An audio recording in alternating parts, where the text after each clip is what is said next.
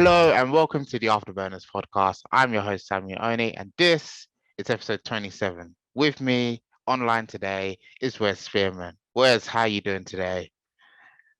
Yeah, I'm doing pretty good. I had a bit of a chill week actually. Nothing, not quite as crazy. No traveling like it has been the last few weeks. But yeah, pretty good. How are you? Yeah, not too bad, thank you. Very good, very good. Um, just excited that Formula One is back again. Another weekend is upon us. So we've got a lot to get through in this episode.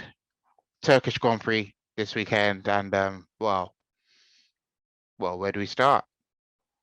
I want to take your mind back to last year, bearing in mind that I have no recollection of what happened last year, other than other than Lewis Hamilton claiming his what was his seventh drivers' championship. So if your memory serves you well, what do you remember from there? Because I just remember that moment. Yeah, I mean, it is mostly obviously that moment Lewis crossing the line, somehow winning. Did he win the race? I think I'm pretty. Yeah, he did win the race, didn't he? Somehow in this crazy. It was just crazy. I don't think there's another word that can describe it better than just crazy. I mean, for starters, you had Lance Stroll on pole on Oh, that Saturday was in the wet. huge. That was big. You had you had Bottas doing about six spins throughout the duration of the race because it was so wet. They'd laid down, I think, new asphalt as well, so the track wasn't as rubbered in or as used, so it wasn't as grippy. Which is hence why when the rain came, everyone just struggled so much for grip, even on the wets and the inters. You had it was it Leclerc or Vettel sort of just going slow on the last few corners to allow the other Ferrari. I think it was Leclerc who spun out or went slow to allow Vettel to come through for a first podium in quite a while. Yeah, was it Perez in second? I think I'm not sure. I can't remember the exact standings, but it was just a crazy, crazy race, and Yeah. it looks like it. We might be in for a similar sort of story because it's supposed to be again similar conditions to last year. This weekend, it's supposed to be rainy. It's supposed to be cloudy. Heavy So yeah, rain, I mean, we had a perhaps? wet rain. Um, I'm not too sure. I think it will rain. I don't know how heavy. I mean, obviously not too heavy. We don't want another spa situation at all. Yeah. But I mean, if we can have something like Sochi where it was dry for most of it, and then literally the last 10 minutes or so, it just decided to chuck it down, then yeah, great. We have a crazy finish again. Um, Hopefully, it works out better for Norris this time Yeah. around. So yeah, just hopefully we have another good race out in Turkey. Yeah. And well, Turkish Grand Prix, obviously, the rookies, Yuki Tsunoda, Mazepin, and Schumacher will be racing at the Istanbul circuit for the first time this year, as it wasn't on there last year. And other than that, it's just the regular. It's just normal the for the other drivers. What are your predictions for the race? Predictions. That's a tough question because if it was dry, I think it would be a lot easier. But because it's supposed to be wet, it could shake things up a bit. So we could see, say, Norris on pole again. Perhaps um, we could see Fernando Alonso come up the grid. We could see one of the Ferraris get pole to win or something. Prediction. Oh, this is tough actually. I'm assuming it's going to be a wet race. These are my sort of wet race Yeah, should we predictions. go on that? Going on the Yeah, I think assumption that it so. I is a think it wet is. Yeah, race. yeah. I'm going to go Charles Leclerc pole. Okay. It's a bold call. And Yeah. I think he's a good driver. He's not been at his best this season, I don't think. I think he's only just a couple points ahead of Carlos Sainz. Can't remember what I said last week. Um, but he's a quality driver, and he's going to bounce back at some point, I think. And I don't see any reason why it can't be Turkey in the wet as well. I mean, Carlos Sainz got a podium last week out in I was going to say Spa, not Spa, Sochi. Begins with an S, same thing. Um, Again, in the wet, as I say, in the Ferrari. So I'm going to go Leclerc pole. I'm going to go Max Verstappen to win the race. Okay. To hopefully close down the gap in the championship, or retake the lead in the championship if he does win. And Lewis, I mean, even if Lewis comes second, then Verstappen will still leapfrog him essentially. I think Verstappen's just a class driver in the rain, in the dry. He's just a brilliant driver. But again, in the wet, I think he's one of the best on the grid in changeable conditions. Driver of the day, lottery again. I It's don't always a think any tough of us one. have got it is yeah, I don't think any of us have got a driver of the day right this year. No. Let's go for Sergio Perez. Yeah, he Okay. had a decent outing there last year. He's not had the best of times around with Red Bull this year, but again, another driver who I think is he underrated? Is he overrated? I'm not too sure actually. But I just think he's another solid driver, not the best driver on the grid. Yeah. Again, I think he's solid in changeable conditions as he showed last year. So yeah, I'm going. I can't remember now. Leclerc for pole, Verstappen for win, and Perez for the driver of the day. Okay. That's a good one. I think my one is gonna be rather drastic, especially with my poll. Um, Schumacher on pole position. you won't believe it, but are you ready? I'm ready for it. Come on, let's hear Alpha it. AlphaTauri's Pierre Gasly for pole position. You know what? That's not a bad shout. Genuinely, if it's a wet race, If it's a wet it's not a bad race. shout at all. Um, again, another driver who has been quiet this season.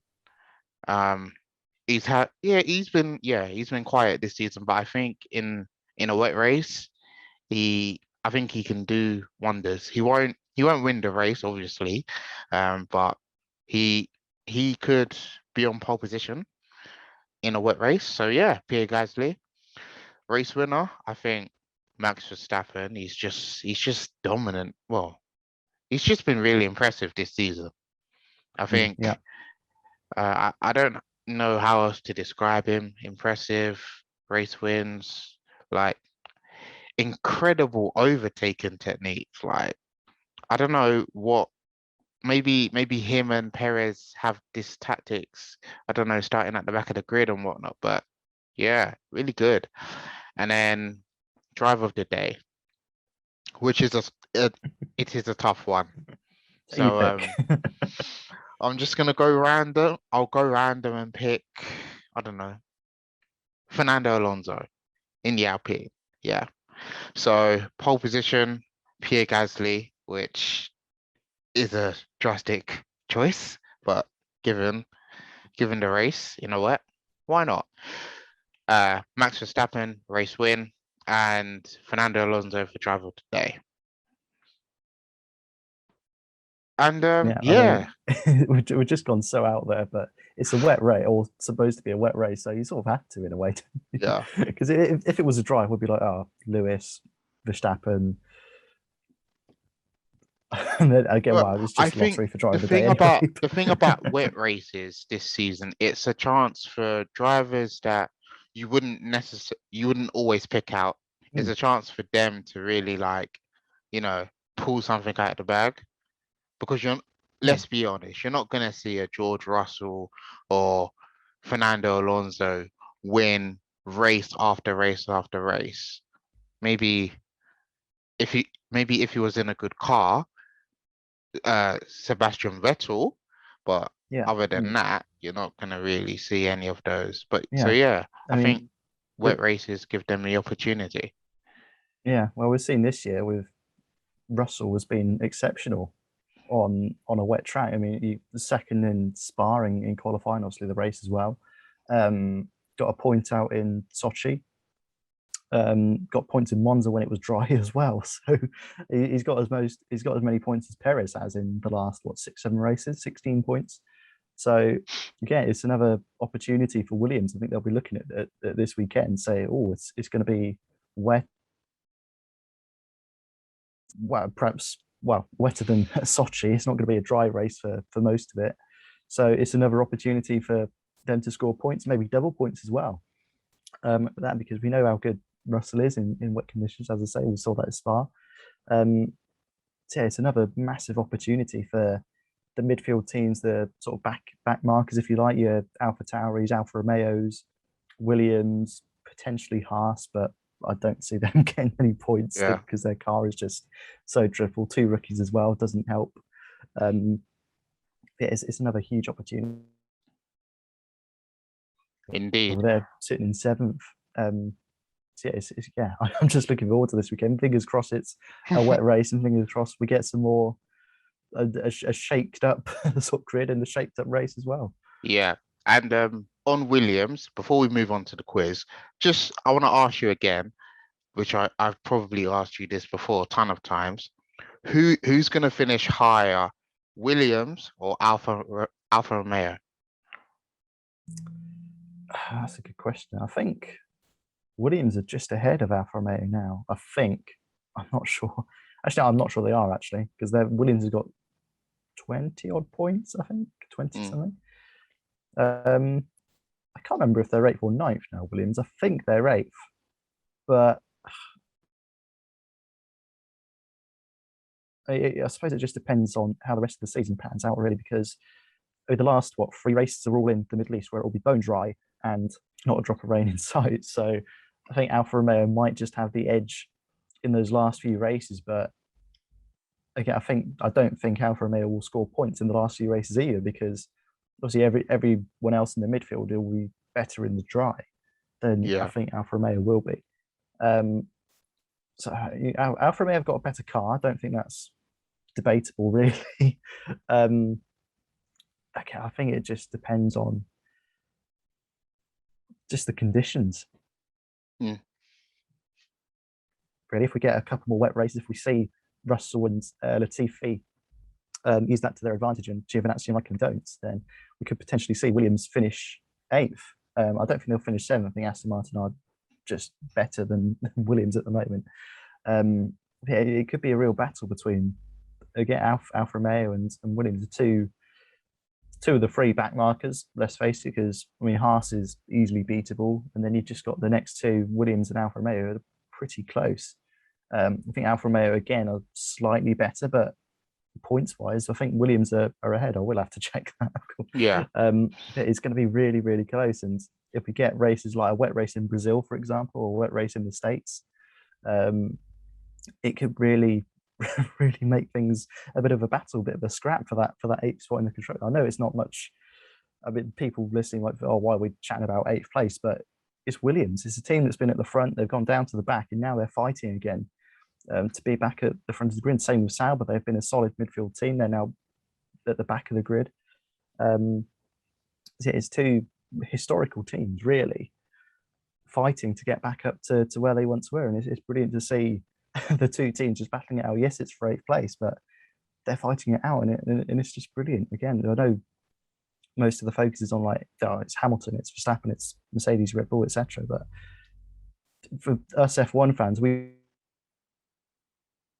as the back markers, there's individual drivers looking to move to different teams, etc., etc. So I think if I had to put someone, I think Williams will just edge out Alfa Romeo. I know I've rambled on a little bit there, got a bit off topic, but I think Williams will just edge out Alfa Romeo in the constructors this year. Yeah. I see what you mean. Yeah, it'll be interesting to see who comes out on top to claim that 8th spot with 7 races to go. And Turkey this weekend, there's nothing quite like a Turkey Grand Prix quiz to, just have a little fun. So I believe you've got a quiz for us. Yes, I do. It's a fairly short quiz, but there have been, I can't remember now, 8 races in Turkey. Yeah, 8 races, and there's 8 different drivers who have won Grand Prix. Oh, well, there's 8 answers. There's 8 different race winners. So, who has won the Turkish Grand Prix? Okay. Is your question. And yeah, from 2005 to 2011, and then of course last year as well. Okay. So there might be a few older drivers on here, but yeah. So can I answer them now? Yeah, go for it. Okay. So last year was Lewis Hamilton, obviously. Yeah, it was. He also won in 2010. Oh wow. That I did not 2010. That I did not know. Sebastian Vettel. Vettel, yep, 2011. Paul di Resta. I don't think so. So no, Paul di Resta. Juan Pablo, I think his name is Juan Pablo Montoya. Montoya, yeah. Montoya, no Montoya. Alonso. Gotta be Alonso. No, Really? no Alonso. 2005. No Alonso. No, it wasn't Alonso. Wow. Right, there's 5 races to go, 05 to 09. Yeah. 3 of them were won by one driver. So you're looking for 3 drivers in 5 years. One of them is still racing in Formula One. Raikkonen. Kimi Raikkonen. Yes, Kimi Raikkonen was 2005. Oh.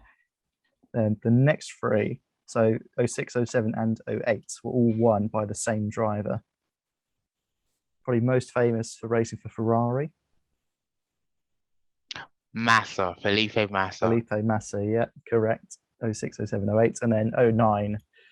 I don't know how to give you a clue without giving it away. But again, another driver who's been in Formula One, or was in Formula One, he retired a few years ago. But team clue like Toyota, Honda. I think he raced for. No, I don't think he raced for Toyota actually. Definitely Honda. BAR, I think, as well. Won his first Grand Prix in Hungary. One-time world champion. In the year he won this Grand Prix as well, 2009. Jenson Button. Yes, correct. Jenson Button, Brawn GP, iconic car. That's good. That's good. Short and simple. Where you got Raikkonen 05, Massa 06, 07, 08, Button 09, Hamilton 10 and 20, and Vettel 2011. And who's it going to be? Will there be another driver added to that list this year? Who knows? Or will Hamilton win it for a 3rd time? Exactly, yeah. Draw level with Massa. Wow. Most wins at the Turkish Grand Prix. Ever so exciting, the Turkish Grand Prix. Now, yeah, it's a thing, brilliant track, I think, Turkey. Yeah. Another thing that's been up in the news of F1 is the number of races that will be in the Formula One season. So, like, for example, this season, correct me if I'm wrong, was supposed to be 21 races, but a few Grand Prix have dropped out due to coronavirus. Seeing the likes of Japan, Singapore, what else? Canada, Australia. There's been quite a few that have dropped out. Yeah. Turkey was supposed to be on there originally, then it dropped out, and now it's back. Yeah. which kind of like begs to it puts the question in there: how many races should there be in a Formula One season, and how many races will there be? So we know next year now that there will be 23 races in an F1 season, as confirmed by CEO Stefano Domenicali. What do you think of that? Do you think what do you think of it? 23 races next season. It is quite a lot compared to what we've been used to. I suppose because we're used to around sort of 20 races in the year. I mean, this year I think it was supposed to be 23 initially, but it's gone back down to 22 because of, as you say, coronavirus. But it is a lot of racing because 23 races, well, that's 23 weeks. There's only 52 weeks in a year. So these guys are going to be away from family and friends for this over half the year, pretty much, which is, well, no, my maths is completely wrong there. Nearly half the year, just under half the year, which is a lot, especially if there's like double headers. I mean, we got a triple header coming up in a few weeks where they go USA, Brazil, Qatar.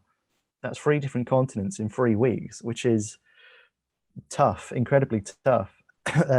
Imagine getting all those tires and the Formula One personnel, all of that from South America to the Middle East. That's a lot. like you've Yeah, said. it's insane. It's insane, and the workload it puts on, not just the drivers, not just engineers, but everyone involved, whether they're just like making the teas or making catering for the teams or whatever. Yeah. It's people like that who have to, again, travel with the teams, and it's the logistics of Formula One is just incredible. Because if it was a triple header in Europe, for example, it was like, say, Spa, Monza, Paul Ricard, something like that, for example, then it would be not easy, but fairly or Manageable. comparatively manageable, yeah, compared to going United States, Austin, Texas, to Brasilia, to Doha in Qatar. It's just ridiculous. The amount Yeah.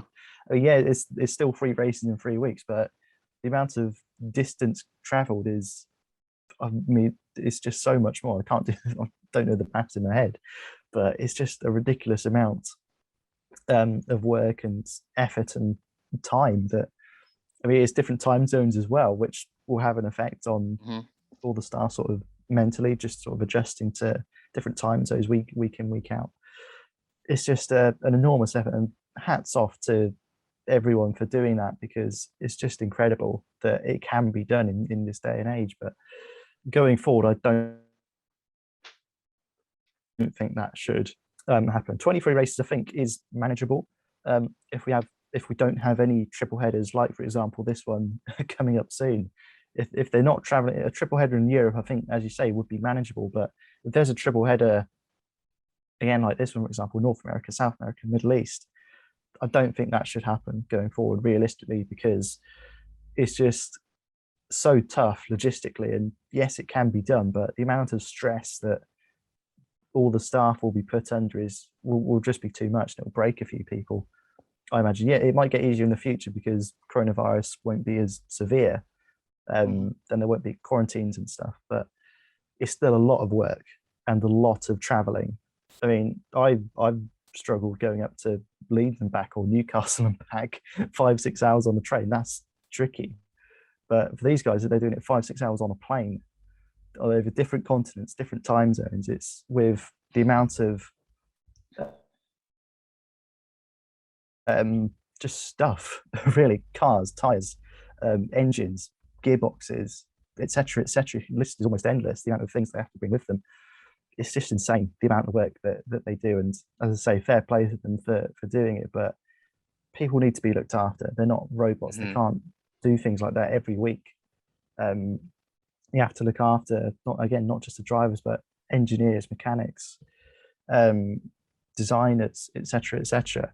They just have to be looked after. And I think 23 races, yes, it is a lot, but if done well and if managed right, then I don't see any reason why it can't go ahead for 2022. And if the drivers want it, if the teams want it, if the staff want it, then yeah, great, let's do it. But I just don't want it to be another triple header situation like we have now, because that will just prove too much for drivers, teams, staff, etc. going on over the next few years. Yeah. Yeah. What do you think? Because I saw you put a tweet out actually saying, "Oh, it's too much." What are your thoughts on it? I mean, 23 races is a lot, and personally, if you have seen my tweet, I did say it's too much, and I stand by it. It's too much, purely because of the purely because of traveling, and it takes a lot of mental strength as opposed to physical, but particularly mental strength to go from one country, one continent to another, and it just, like you said, the drivers will be mentally drained, the F1 personnel, hospitality staff for everyone.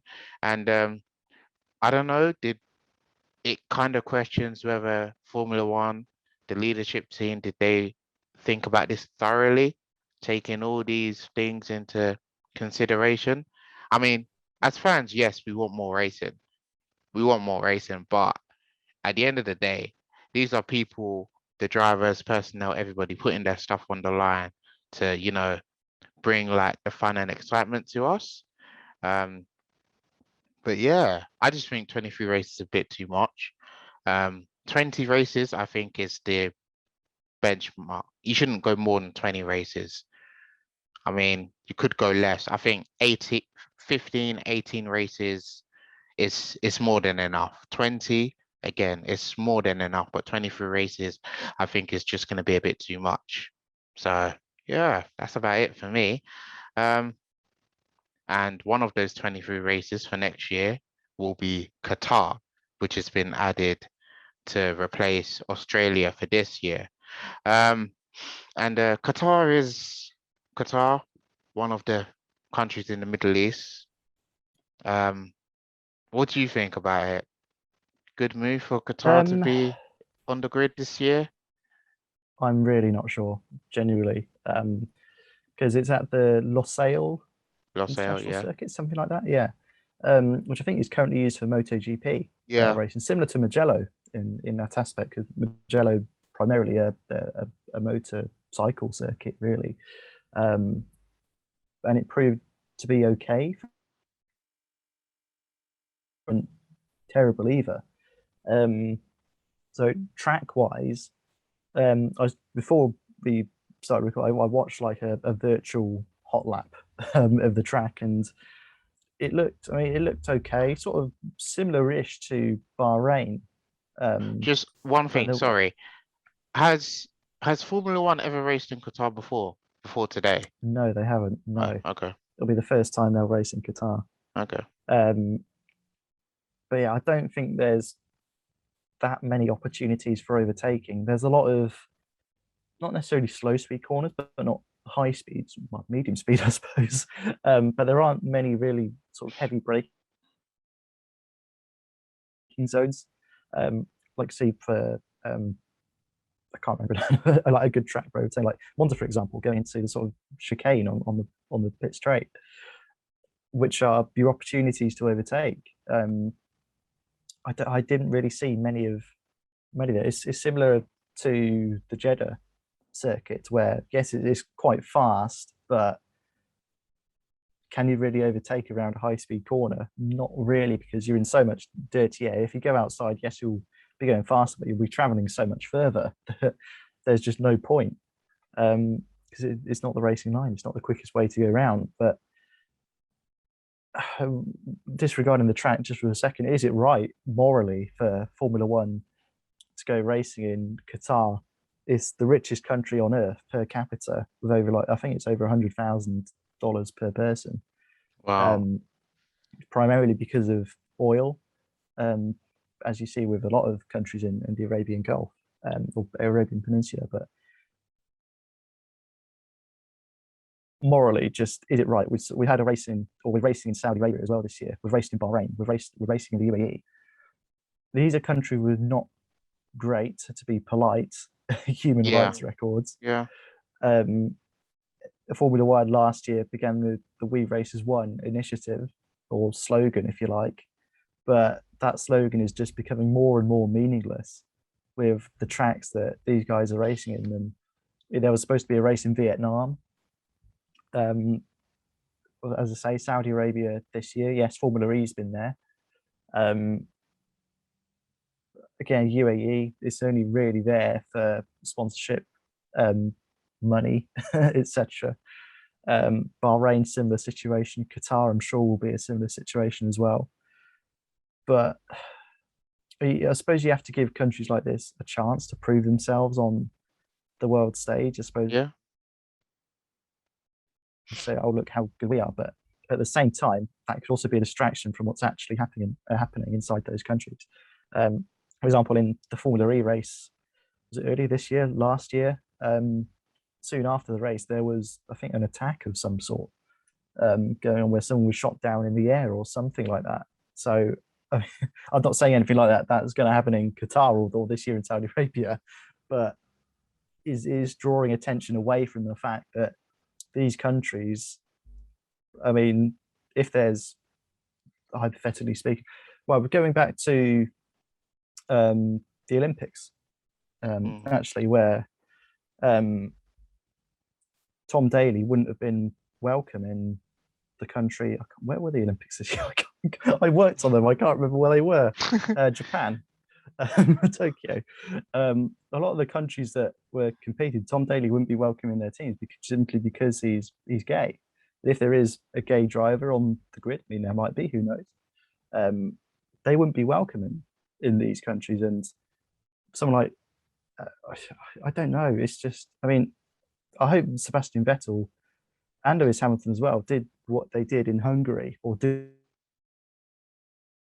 what they did in Hungary, sharing messages of, or like wearing the rainbow shirts, something as simple as that, just to get the message out to the people in these countries that it's wrong to prosecute people and essentially kill people for just being who they are. Yeah. And F1, by going to those tracks, is completely disregarding their statement of "we race as one." Because how can you say "we race as one" and yet go to race in countries which abuse women's rights, or have no women's rights, or virtually no women's rights? They prosecute people who speak freely against the government, things like that, politics, etc. Who are of the LGBTQ plus community. They prosecute people for that, kill them, torture them, whatever.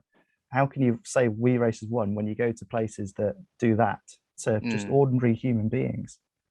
It's completely wrong, in my view. And yes, there have been issues with, like, Azerbaijan, for example. Russia hasn't been great with human rights either. Brazil with Bolsonaro as the president, completely disregarded coronavirus, or it's a hoax, that sort of stuff.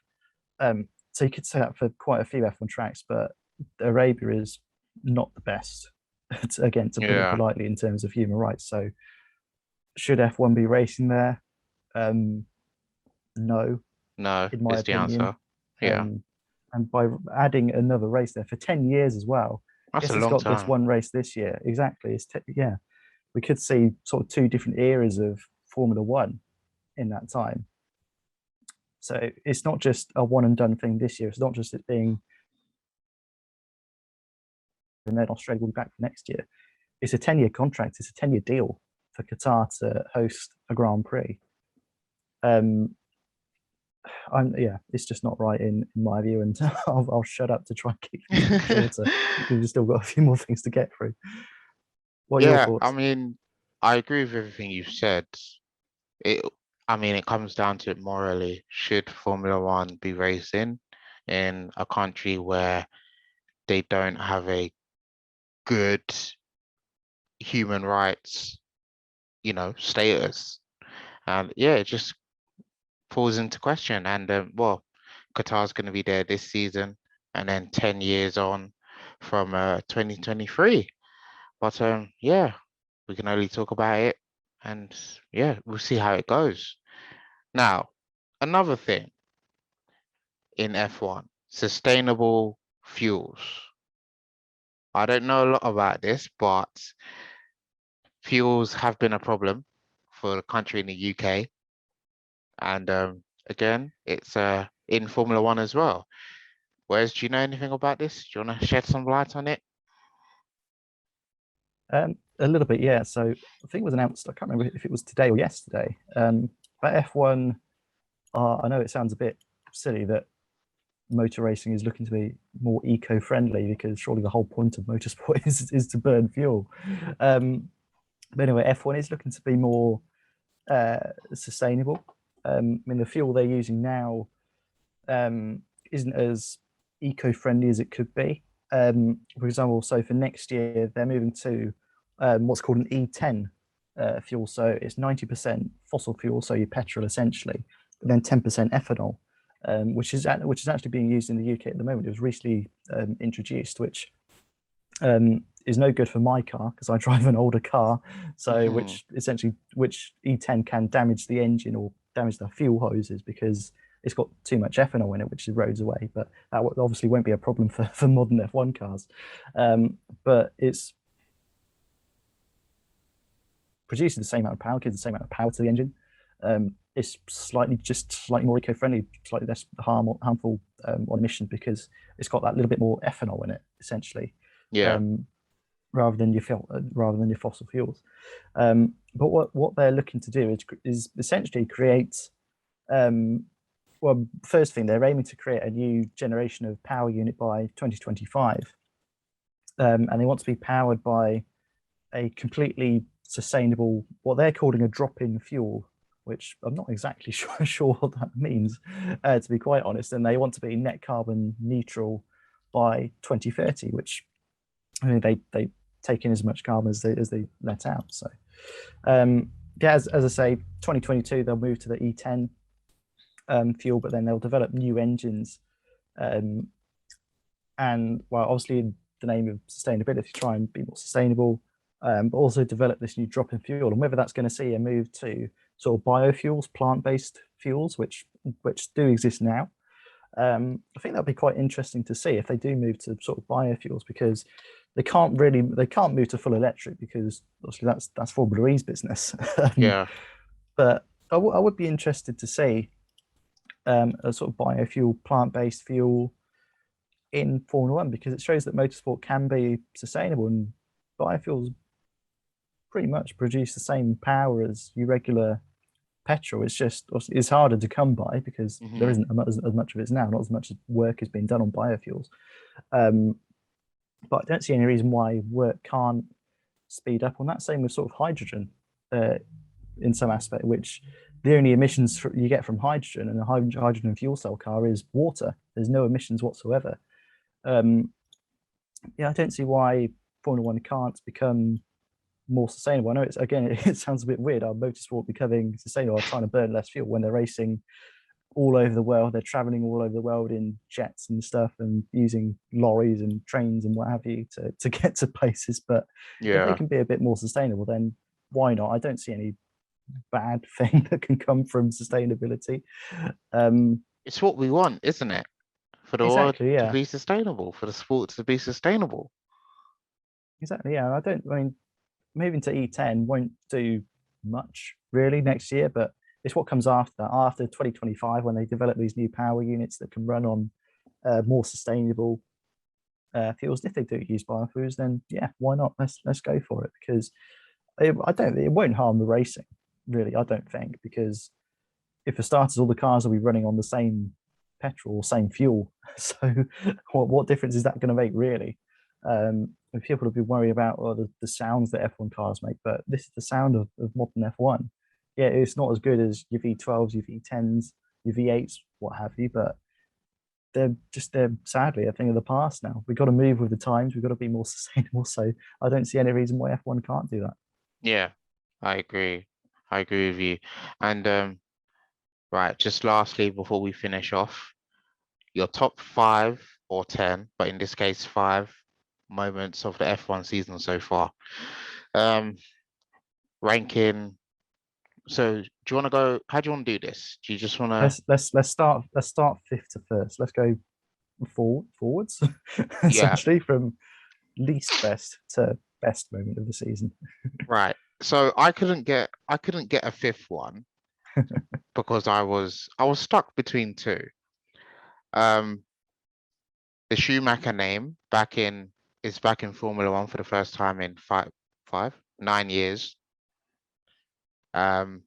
Or there was that, or Toto Wolff's email to Michael Massey in the during the controversial British Grand Prix.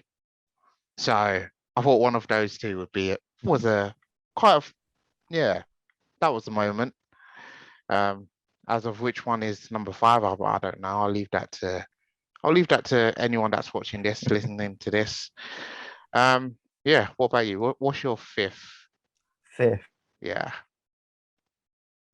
I've just got loads and loads of different sort of key points of the scene just going through my head now. Okay. I'm just trying to think, what order could I put them in?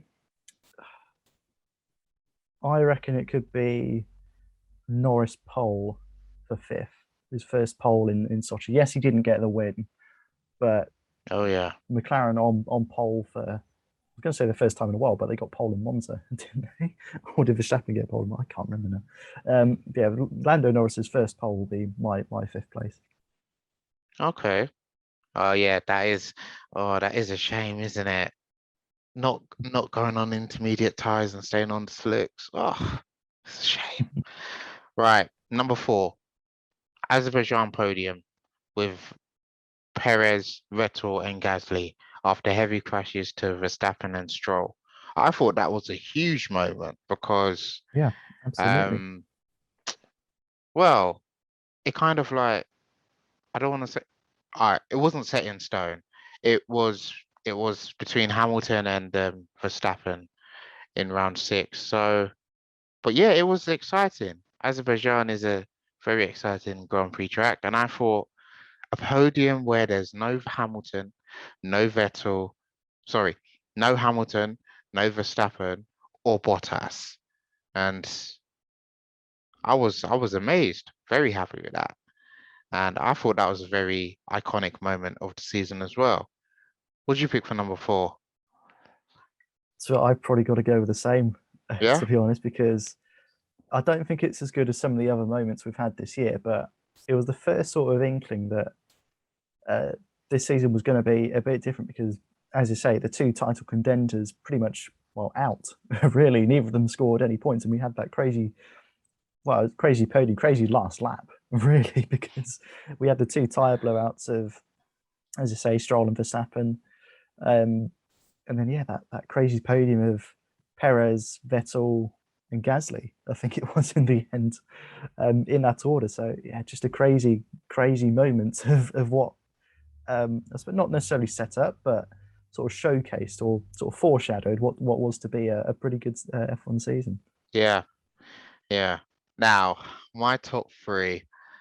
Um, my top three, I think, it's probably as it would be. Um, yeah, I don't think I regret the top three. Maybe there is an honorable mention that I would do want to mention, but I'll mention that after we've done it. Right. At number three is title challenges Lewis Hamilton and Max Verstappen crashing at Copse Corner during the British Grand Prix. That's number three. Where do you start with that? Mm. Where do you start? Do you start from the start finish line with the It's, water wheel racing through the turns, or do you just go straight into it? What do you think? um, I'd probably say you got to start from where the battle began, I think, because I say it was so close up until, well, and to, I suppose you could say the point at Copse Corner, because they were just wheel to wheel for the essentially first half of the lap or first sector, certainly, of the lap. And yeah, I mean, they just come together at Copse Corner. Then obviously at the end of it, Hamilton goes on to win the race, which could be an even bigger move because that's a 25-point difference, really, between the two title contenders. That is huge, a huge advantage given to Hamilton for winning the race and Verstappen not getting any. So you could say that whole scenario as a whole moment, I suppose. But if you have to narrow it down, then I think it would be sort of the start to the end of the crash, or the start Yeah. of the lap to the end of the crash would be because, as you say, it was wheel to wheel for pretty much the whole start of the race, and then got even more wheel to wheel at Cox Corner. Mm-hmm. Yeah. Um, yeah, obviously the huge points difference at the end as well. Mm. Yeah. So that's my number three. What's your Third, third best moment hmm. of the season? I think I've got my top two. Okay. I've definitely got I've definitely got my first place. Yeah. I've definitely got my second place. It's What just are the third, what are the odds? and What are the odds that that we got the same top two. yeah. um, Potentially, I think we might. I think we might do. Okay. Well, we'll have to wait and see in a minute. Um, Third, because I think I've got a few again going through my head. I mean, it could have been, as you say, the Cops Corner crash. Yeah. It could have been the crash between Verstappen and Hamilton in Monza. Yeah. Those are the only two things going through my head. So I reckon the Monza crash. Monza. Okay. Um, yeah, just because I mean it was a slightly different to the crash at Silverstone in that obviously both drivers were taken out, but you got that real sense that Verstappen just is not going to let anything go this season, because yes, it was an aggressive move, but again, Hamilton didn't leave space. 50-50, you could say. It's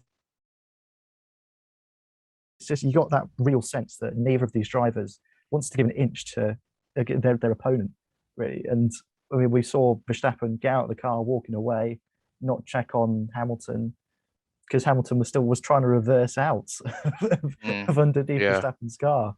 Verstappen, I mean, there was no way Verstappen could come back from that. He was on top of another car. He had no drive from the rear wheels.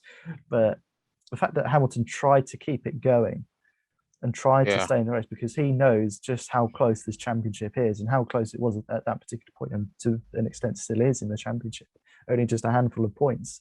So he knew if he got that car going and out of the wreckage, essentially, then he could have been in with a chance of getting not many points from that position, but a few more points, which again, the way the seasons go, could just be enough to clinch the championship. So I think for that reason, I think the Monza crash just edges out the Silverstone crash for me. Yeah. Only just though. I don't know why I haven't put Cop's Corner in the top 5 now. Thinking about it. Oh, well. It might just sneak in at 6th, Cop's Corner. Well, yeah. I do have a couple of other honorable mentions. Right. Yeah. Top two moments of the Formula One season. Right. Do you want to go first, or should I go first? You go first. Let's keep it as it is. You go first. Are you ready? I'm ready. Let's hear it. George Russell has been. This season, George Russell has been a man of. How do I describe it?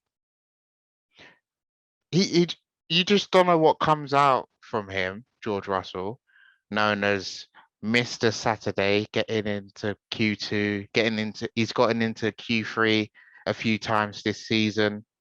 And he's got a confirmed seat at Mercedes next season, which is what we were waiting for to be confirmed. He signed a dotted line. What better way than to put George Russell in the top 2, claiming a front row for Williams in Spa qualifying? There it is. I said it. That's your number 2, George Russell P2. That's quite apt, I suppose. Russell P2, Sam P2. But yeah. But yeah, I just thought George Russell in a Williams. I just thought you can't not mention that in as one of the biggest moments this season. I don't know what else to say. What do you think? Yeah, I mean that's fair enough. My second best moment of the year. Mm-hmm. I suppose to be general, the Hungarian Grand Prix as a whole. Oh yes. I suppose if I have to narrow it down, Ocon's win in Hungary, yes. because it was again another completely crazy race when Bottas went bowling at the start, took out a few cars. Hamilton did climb back up to P2, but I suppose another moment to add into the Hungarian Grand Prix was Hamilton battling with Alonso. Brings back the McLaren to try and get past him. The wingmanship, I suppose, that Alonso did. Yeah, exactly. But Ocon to get his first win in a midfield car, just brilliant race, crazy race. Again, I've said that quite a lot today. Crazy race. Yeah, Ocon's first win was my second place. Yeah, and I think 4 down, 1 to go, which brings us to the best moment of the Formula One season so far. Any idea what it is? Is it what I've just said by any chance? Ocon's first win, Hungary, or is it something completely different? Oh no, it's something completely different. No? It's not Ocon. Yeah. Oh, okay. No, go on. You don't know?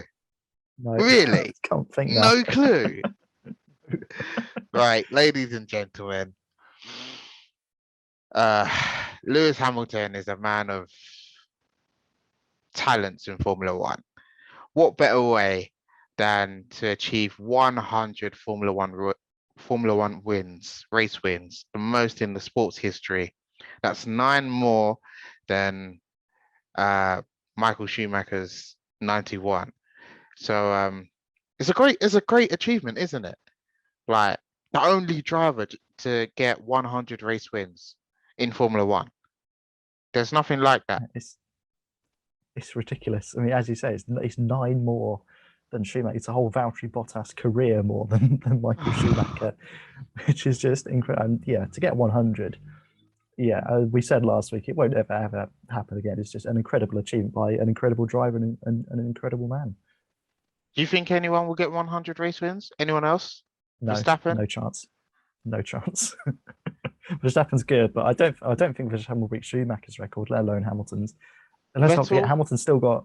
Do you think Vettel will get a few wins under his belt? No, I think Vettel's coming. Vettel's got another few years in him, same as Hamilton. So I think Hamilton will get potentially another 15, 20 more race wins under his belt, potentially. So we could be looking at 115, 120 race wins to be the new record. And yeah, no one's going to beat that. Not ever in my book. Yeah, but yeah, I just couldn't. I just thought, what better way than Lewis Hamilton 100? Yeah. Go on, Wes. What's your number one moment? It's already been mentioned by you. It was your P2. It's my P1. George Russell, second place in Spa in the wet. First podium for Williams in over a decade. First points for Williams or Russell's first points for Williams? Question mark. I can't remember now. Their first double points. Was it? No, that was Hungary. I'm getting confused with Hungary now. It's incredible for an incredible driver who at that point hadn't been announced by Mercedes, if I remember rightly. No, he hadn't. No. Yeah, just to see a Williams on the. Yes, it wasn't in great circumstances. It was a bit of a farcical race at Spa, but it's more the qualifying, if anything, than the race, because that essentially set up the so-called race. To get P2 in a Williams, for crying out loud, is the second worst car on the grid. To get it P2 on the front row, yes, it was in changeable conditions, but fair play for Russell for the call he made to change tyres to go out again and get P2. He had pole at one point. Let's not forget that. Yeah. Or Norris had pole at one point as well that weekend. And to only miss out by, I think it wasn't that much, but I think it was about 3/10, which I think, to be fair, in Formula One is quite a while. It's just a remarkable achievement to get P2 in qualifying and then obviously get P2 in the so-called race afterwards. Yeah, that's my P1 for me. Russell P, although it wasn't a P1, it was a P2, but yeah, Russell, just George Russell. Just the whole of my top, just George Russell. Oh, yeah, I couldn't agree more. Other mentions in Formula One. Well, I've only got one mention that I could think of. Was correct me if I'm wrong. Valtteri Bottas pit stop in Monaco, I believe it was. Yeah, yes, it was. Yeah, which was the 2-day pit stop or whatever. Yeah, 2-day pit stop. Yeah, which was rather long, very long. I don't think it wasn't. They just couldn't get the tire off. Yeah. Yeah. Anything else you can think of? Other moments? And obviously not included in my top 5 was the Cops Corner incident. That pit stop as well. The McLaren Golf livery. Yes. For Monaco. Beautiful car. And the last few laps battle in Bahrain as well between Hamilton and Verstappen. On honourable mention that they would have made my top 10. Yeah. But probably just missed out on the top 5. Yeah. Well, ladies and gentlemen, we've come to the end of another episode of the AfterBurners podcast. I've been your host, Samuel Oni. We've talked about the Turkish Grand Prix coming up. We've talked about how many races should be on the F1 calendar. We've also talked about fuel, and a lot covered in this episode. And hope you've enjoyed the episode. It's a goodbye from me. Bye bye, and goodbye from Wes. Bye bye. And hope we'll see you soon for the Turkish Grand Prix review. Bye bye.